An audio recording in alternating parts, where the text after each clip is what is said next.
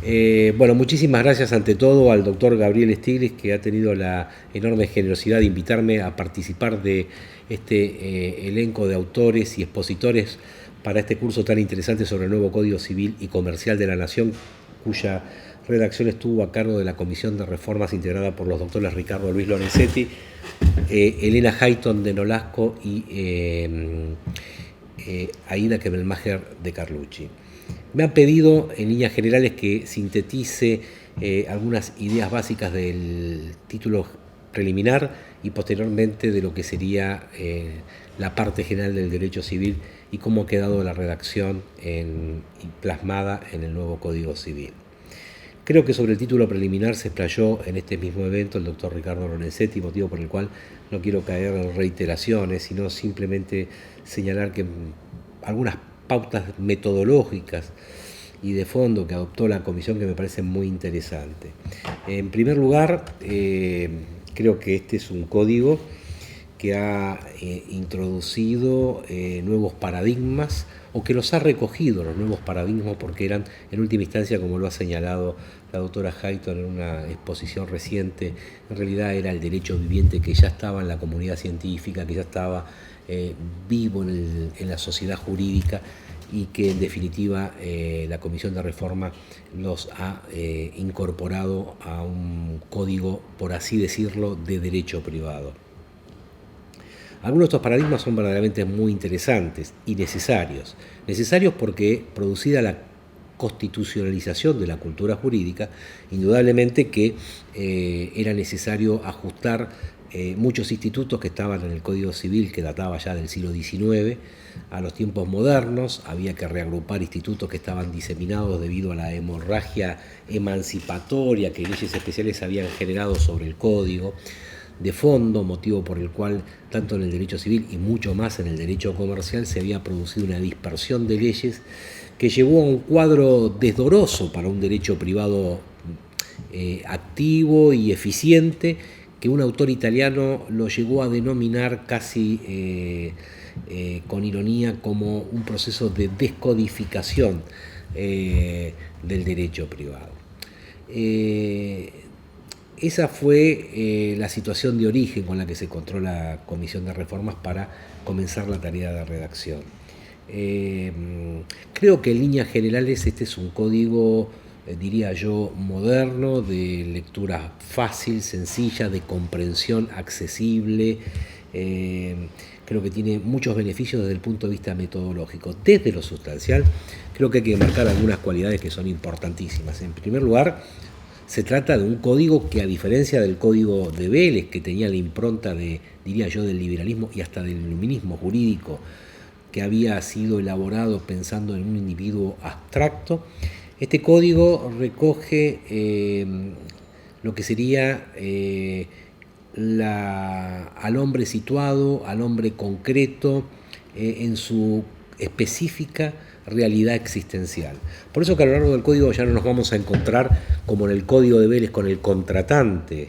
o con la persona así a secas. Nos vamos a encontrar, por dar un ejemplo, en el ámbito del contrato, al contratante que adhiere, contratante que participa en contratos de larga duración, que tiene toda una especificidad, contratante que se involucra en contratos conexos, hay un régimen específico, contratante que participa en contratos de colaboración o asociativos, contratantes que se vinculan a través de prácticas comerciales y aún contratantes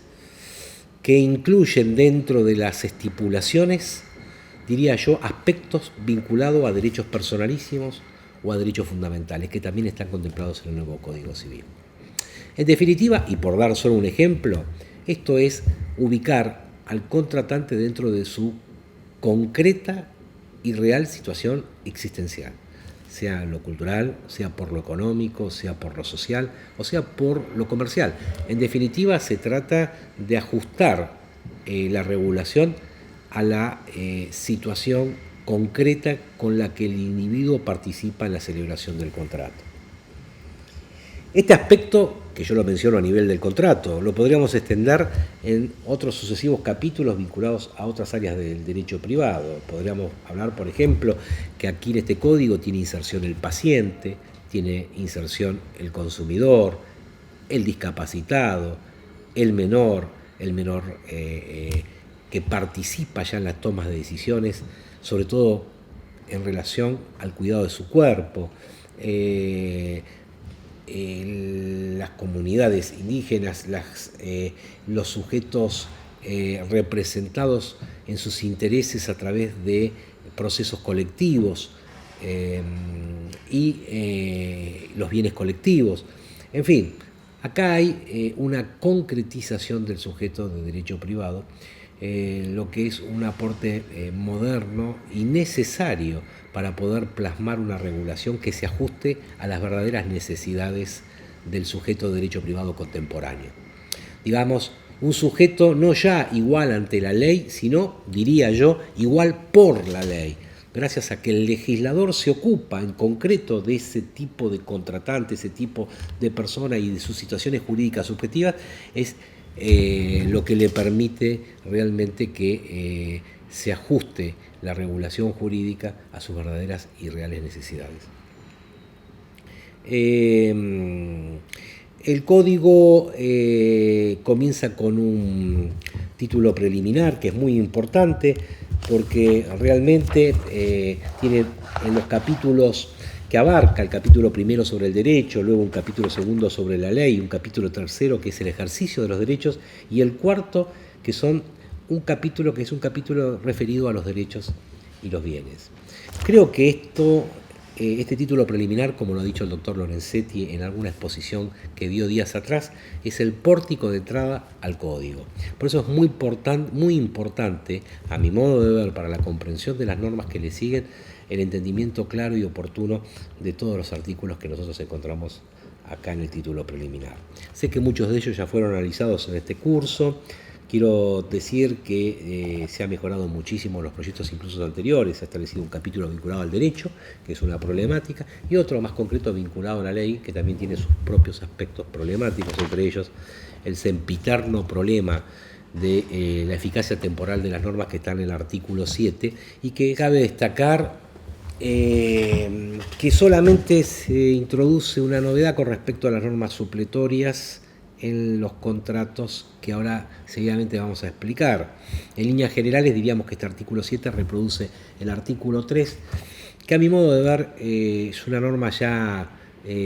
bastante asentada en la interpretación de la doctrina y de la jurisprudencia, y que por supuesto puede traer aparejado algunos inconvenientes de interpretación, eso no hay duda, pero creo que no al extremo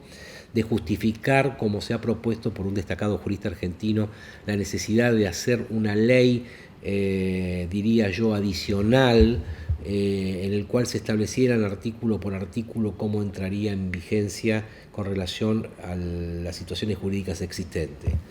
Esa ley, además de ser, me parece a mí, peligrosa, en muchos casos podría terminar siendo hasta incluso anticonstitucional, en la medida que a mí me parece que estas apreciaciones que tiene que realizar el magistrado sobre unas determinadas circunstancias de hecho que no siempre se dan de la misma manera, así como no hay una aplicación mecánica de una norma, por ejemplo, del abuso del derecho a situaciones de la vida real, que el silogismo fracasa habitualmente si se intentara hacer un criterio de aplicación mecánico, automático, empleando la vieja fórmula del silogismo, porque toda norma, y aún las más valorativas, requieren siempre de ponderaciones, de juicios de valor, y para que aplicadas al caso concreto resulten justas. Yo creo que con relación al artículo 7 tengo la misma sensación que una ley ex antes redactada por el legislador llevaría a las mismas conclusiones, que habría que empezar a diferenciar casos de otros casos, porque la unión convivencial podría tener matices en un caso que en otro caso no se presenta, y presentándose en un caso podría dar lugar a una aplicación determinada y en otro caso a otra aplicación determinada. En definitiva, a mi modo de ver, creo que el artículo 7 no va a generar, y esto ya lo decía un gran jurista que era el doctor López Olaciregui, cuando precisamente a raíz de este artículo 3 del Código Civil de la Ley 1711, también vaticinaba que no iba a traer inconvenientes, pese a la gran cantidad y la profundidad de los cambios de la ley 17.711 y que trajo aparejados algunos plenarios y algunos fallos de tribunales superiores, pero no con la dimensión que se le quiere dar ahora como una preocupación nueva como para añadir a la entrada en vigencia del Código Civil. Si analizamos cómo funciona el artículo 7, diríamos que es un artículo que funciona a partir de una conceptualización de las relaciones y situaciones jurídicas, que a los fines de este artículo son asimilados. O sea que las nuevas leyes, en general, es de suponer que el legislador, si elabora una nueva ley y pone en vigencia una nueva ley, la considera más justa que la anterior, y lo más lógico y coherente es que quiera abarcar la mayor cantidad de situaciones jurídicas inmediatamente. Eso es precisamente lo que se denomina el efecto inmediato de la ley. Este efecto inmediato de la ley va a aplicarse a las situaciones y relaciones jurídicas, por supuesto, que nazcan a partir de su entrada en vigencia, como así también, o aún a las consecuencias de toda situación o relación jurídica que se encuentre desarrollando su vida jurídica. En este sentido, efecto inmediato no es sinónimo de, como ya lo señalaba Moisés Despanés en un libro que había agrupado allí interesantes artículos y reflexiones sobre este tema, la eficacia temporal inmediata no significa o no es incompatible o no significa lo mismo que retroactividad de la ley. Debería agregar que este efecto inmediato está reservado por el legislador bajo dos condiciones. La primera de ellas es que la ley sea de orden público o imperativa, al menos para los que consideramos que ley de orden público es sinónimo de ley imperativa. Y en segundo lugar, por supuesto, que no tengan un efecto retroactivo y que este efecto retroactivo afecte garantías constitucionales, como lo dice el mismo artículo 7º, que sería el caso en los cuales no podría tener ese efecto inmediato. En cambio, con relación a las leyes supletorias, después tendríamos que ver si existe una tercera generación de leyes que serían las normas dispositivas, como el propio Guillermo Borda se encargó de puntualizar, pero que aquí por razones de tiempo no podríamos desarrollar. Si existe una tercera dimensión de normas jurídicas, o sea que si habría normas de orden público, dispositivas y supletorias. En la bipartición, normas de orden público o imperativas y normas supletorias, la cuestión funcionaría de la siguiente manera. Las de orden público, como dijimos, tendrían un efecto inmediato. En cambio, las supletorias, aquí se varía el efecto porque se hace eco esta norma de la teoría que siempre entendió que los contratantes, cuando celebran sus contratos, suelen remitirse a normas supletorias, lo que evita que los contratantes tengan que hacer extensos y prolongados contratos contemplando todas y cada una de las cláusulas, las cosas que ya el ordenamiento prevé como normas de default o normas supletorias. Estas normas supletorias, por lo tanto, tendrían un efecto diferido, solo empezarían a regir para aquellos contratos que se celebren a partir del 1 de agosto del 2015, mientras que las normas supletorias, los contratos que ya se habían celebrado con el anterior, van a estar acompañados, por así decirlo, durante toda su vida jurídica, por las normas supletorias de los anteriores códigos civil o comercial. Hay una excepción que introduce el código, una excepción moderna, que realmente es, me parece a mí, el primer código del mundo que lleva el derecho del consumo al problema de la eficacia temporal de las leyes. Esto es muy importante destacarlo, porque una de las problemáticas que se ve, por ejemplo, en la Unión Europea, la preocupación que tienen que muchas veces se hacen nuevas normas de derecho del consumo. Las imperativas no hay problema, tienen un efecto inmediato, pero las supletorias también pueden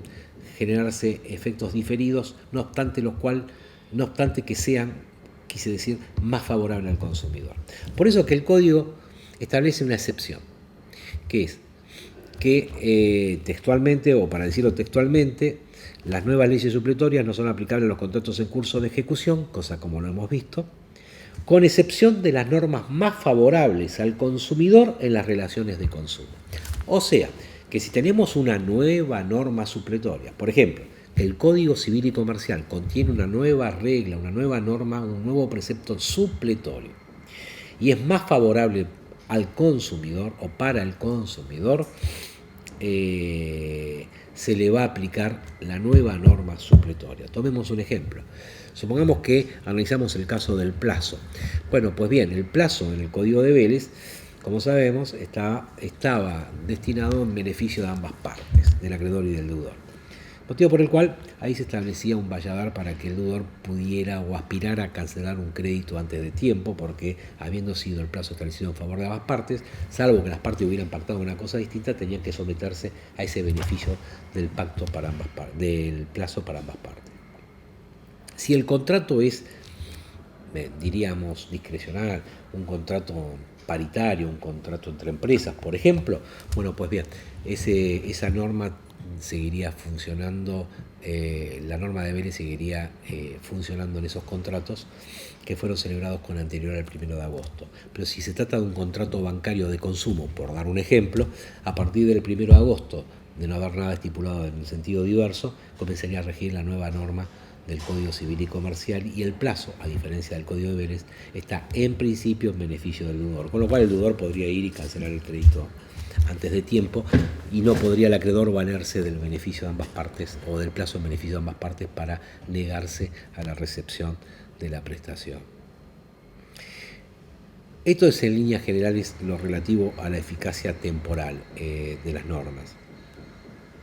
En cuanto al ejercicio de los derechos, bueno, esto también fue largamente explicado por otros expositores, según me han comentado. Debo decir que me parece importante que el codificador o los codificadores hayan incorporado el principio de buena fe ya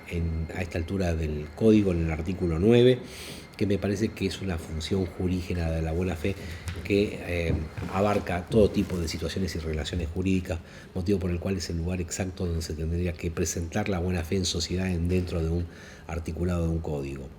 Después se consagra el abuso del derecho, prácticamente recogiendo la fórmula que está actualmente en el Código Civil, como todos sabemos, con alguna leve modificación, que no me parece de menor cuantía, como que a los fines de juzgar o de merituar el abuso del derecho hay que tener en cuenta los fines del ordenamiento jurídico y no como reza la fórmula del Código actual, ahora derogado, los fines que tuvo en mira el legislador a reconocer los derechos. Esto para no fijar la interpretación o la hermenéutica jurídica con un anclaje a la voluntad histórica del legislador, sabiendo que existe una interpretación evolutiva, que hay muchos cambios que a veces obligan a apartarse de ese punto de vista originario que tuvo el legislador al reconocer un derecho y ajustarlo a la finalidad contemporánea del ordenamiento jurídico. Después se regulan dos institutos que me parecen de los más trascendentales de todo el ordenamiento jurídico, que son el abuso de posición dominante y el orden público y fraude a la ley.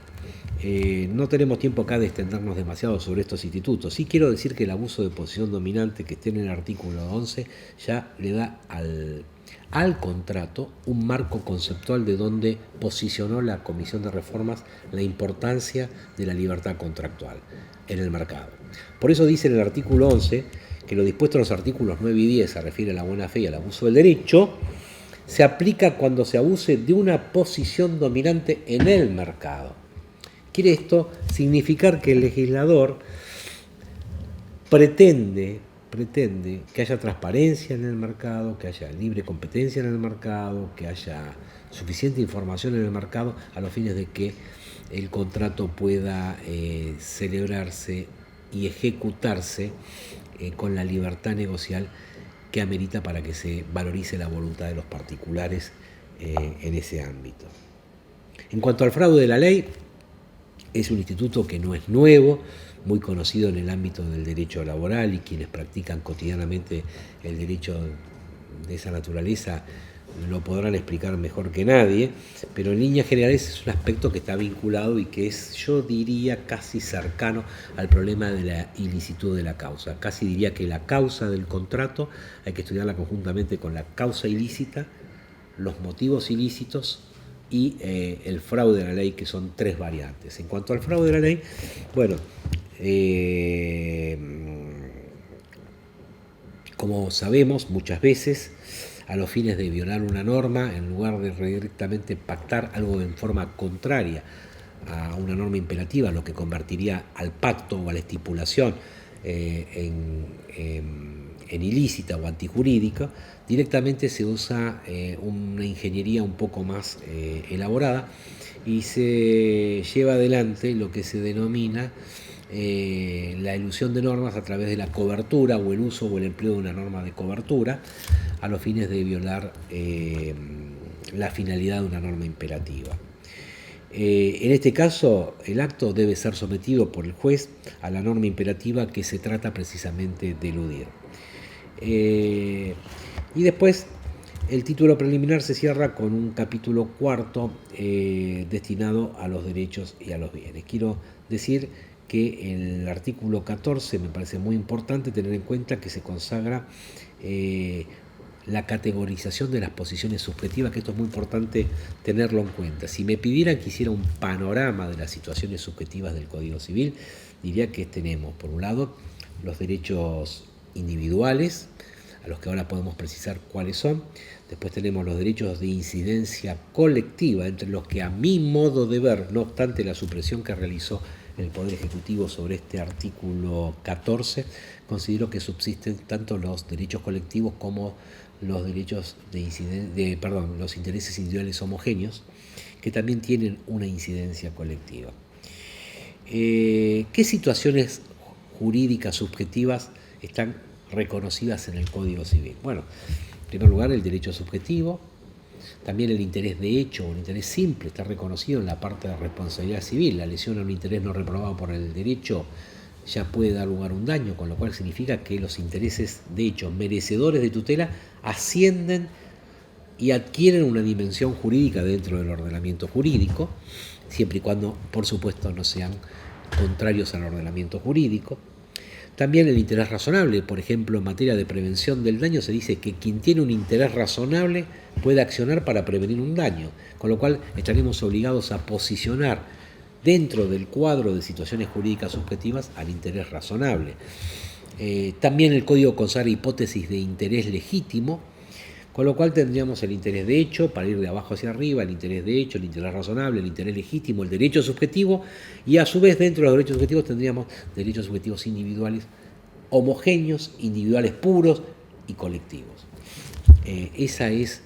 básicamente un cuadro sinóptico de las posiciones subjetivas. Esto es muy importante tenerlo en cuenta, porque esto nos va y nos debería obligar a repensar el capítulo cuarto sobre los derechos y los bienes, donde se habla de la titularidad de los derechos, quiénes son los titulares de derecho y también cómo se ha ido y se ha venido ampliando la legitimación para hacer valer los derechos en el proceso, a partir del caso Alavi y los sucesivos pronunciamientos de la Corte Suprema de Justicia de la Nación, que también han tenido respaldo simétrico, diría yo, en pronunciamientos muy, pero muy interesantes de la Suprema Corte de la Provincia de Buenos Aires. Cuando veo en el artículo 17 un artículo destinado a los derechos sobre el cuerpo humano, y a partir del artículo 51 encuentro la inviolabilidad de la persona humana, la dignidad humana, y encuentro, por ejemplo, el consentimiento para la disposición de derechos personalísimos, esto me lleva a pensar que el Código realmente ha hecho una regulación, yo diría, moderna y pensando por sobre todas las cosas en la verdadera situación en la que se encuentra el sujeto de derecho en la sociedad contemporánea. Y obliga al civilista a repensar la categoría de los bienes jurídicos. O sea, ya tendríamos que estar pensando en cómo posicionamos al cuerpo humano, por ejemplo, que en el Código de Vélez prácticamente era una cuestión anecdotaria, en el momento que no se concebía una parte del cuerpo separada de este con posibilidades de reingreso al propio cuerpo. O sea, no se había conocido, por ejemplo, el descubrimiento que tanto le aportó al mundo y al ser humano de Luis Agote sobre la transfusión sanguínea, habiendo sido él el que descubrió precisamente las posibilidades de la transfusión sanguínea del hombre, no al hombre, sino lo que es todavía mucho más inquietante para toda esta temática. Luis Agote dio el gran paso científico, del hombre a cosa se podía conservar y después en otro momento pasar a otro hombre, o sea, volver al ser humano, o sea, de la persona, algo que era parte de la persona y por lo tanto era la persona misma, pasaba a ser cosa y esa cosa pasaba de vuelta a ser persona humana. Esto, decía, el código de Vélez no tenía posibilidades de conocerlo, como no conocía la impresión digital, y esto obligó a que el código, por supuesto, recogiera la impresión digital como modo de suscribir un instrumento particular, como no conocía la fecundación asistida, o no la ha podido haber conocido, por supuesto, y que todas estas innovaciones, insisto, que parecen pequeñas, simples, sencillas, y que nos habíamos acostumbrado a ir pensándolas por separado, al margen del código, ya como que no confiábamos que el código nos podía dar la respuesta a esto, ya aparte era una especie de desconfianza consciente, sabíamos que por fecha, por tiempo, por historia, no nos podía dar una respuesta sobre todas estas problemáticas y nos habíamos acostumbrado a esperar al legislador, o sea, esperar que una ley que aparezca sobre trasplante de órganos solucionaba el problema de definir cuándo era el momento de la muerte humana. Que la ley de impresión de firma digital nos anticipara algo de cómo podía ser esa situación. Y así sucesivamente eran espasmódicos, esperas espasmódicas, tendientes a ver cómo se ajustaban. En el ínterin, los jueces, y esto lo decía Tilio Alterini muchos años atrás, se las veían a solas para resolver los problemas de bioética, los problemas de tecnológicos, desde los problemas de fecundación asistida a los problemas del contrato celebrado por internet.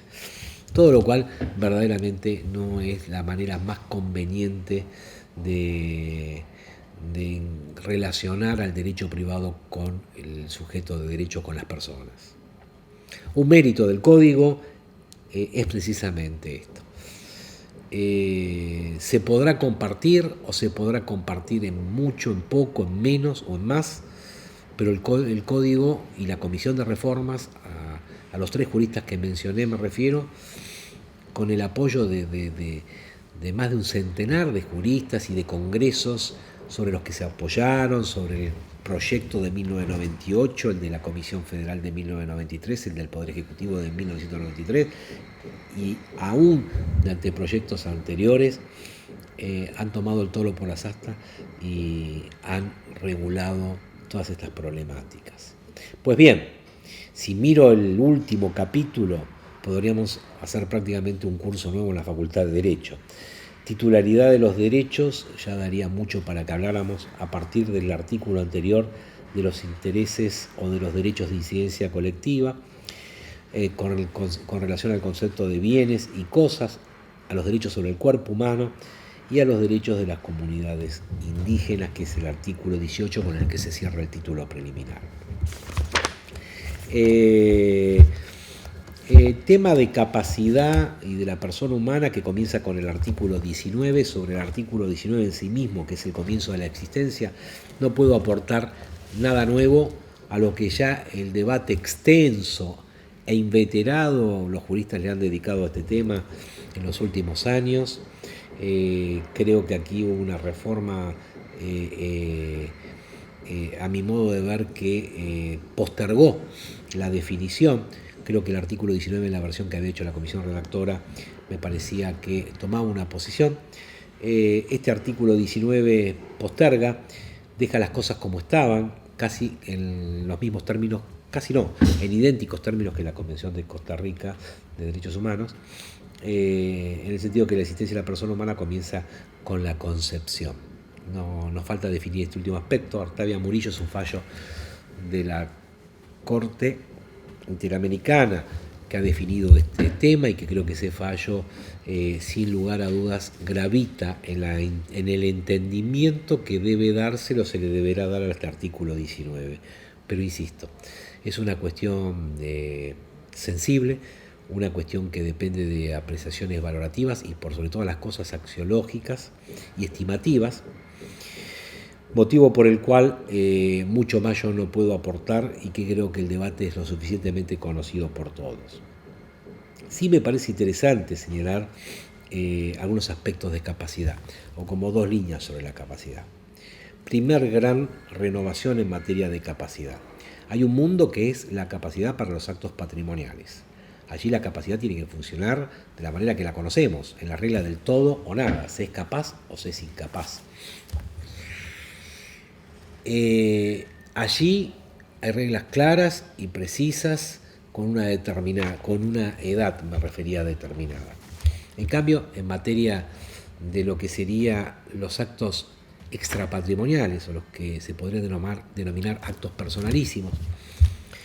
allí creo que con buen criterio la Comisión de Reforma ha tomado la solución adecuada, y ha consagrado los principios del bloque de constitucionalidad, estableciendo lo que sería la competencia o una capacidad acorde a la madurez y edad del propio individuo. Quiero aclarar que por la Convención de las Naciones Unidas sobre Personas con Discapacidad, que a partir de la Ley 27.044 de diciembre del año 2014 tiene rango constitucional, el código a la convención me refiero, a la que el código se ha ajustado casi literalmente, como correspondía por otra parte, ya prácticamente ha dejado a la incapacidad de hecho como una especie de solución excepcional para aquellas personas que estén en la situación de imposibilidad absoluta de comunicarse con el mundo exterior, que es lo que define el artículo 32, último párrafo. En cambio, en cualquier otra hipótesis, el juez ya no podrá incapacitar a una persona y tendrá que restringir su capacidad. Esa restricción es temporánea, tendrá que ser revisada y además deberá estar delimitada a actos jurídicos concretos y determinados. O sea, no existe una incapacidad o una restricción genérica, sino una restricción a los actos determinados. Habrá que ver y habrá que hacer, incluso, como lo dice la propia Convención, los ajustes necesarios sobre el caso concreto para determinar qué grado de extensión tiene esta restricción y ver de qué manera se colabora con la persona restringida en su capacidad. En primer lugar, el Código, siguiendo a la Convención, exige que se le nombren los apoyos necesarios. Habrá que indagar mucho sobre las funciones de los apoyos, habrá que estar atento a ser innovadores, a ser creativos sobre el caso concreto para saber exactamente qué apoyos y con qué condiciones los necesita la persona. Lo importante es que esos apoyos tendrán como función prioritaria no ya la representación, sino la asistencia de la persona para la toma de las propias decisiones, porque lo que la Convención quiere y lo que el Código también quiere fundamentalmente es evitar la sustitución de la voluntad a través del representante. Si no queda otro remedio, porque de no darle esa sustitución se estarían vulnerando los derechos fundamentales de la persona, el juez le tendrá que dar esa sustitución, sea como en el caso de la incapacidad con un curador o como en el caso ordinario de la restricción de la capacidad, dándole una facultad representativa al apoyo. Pero no es la idea. En realidad, como dice el artículo 32, él o los apoyos designados deben promover la autonomía y favorecer las decisiones que respondan a las preferencias de las personas protegidas. Este es exactamente el centro de gravedad hermenéutico de toda esta problemática. Esta es la función del apoyo. Por esto se le designa apoyo y para esto se le designa apoyo. El juez tiene que cotejar que los apoyos respondan a estos fines. En cuanto al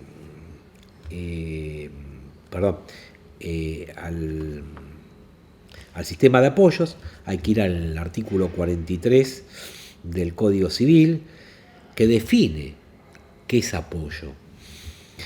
Cualquier medida de carácter judicial o extrajudicial que facilite a la persona que lo necesite la toma de decisiones para dirigir su persona, administrar sus bienes y celebrar actos jurídicos en general.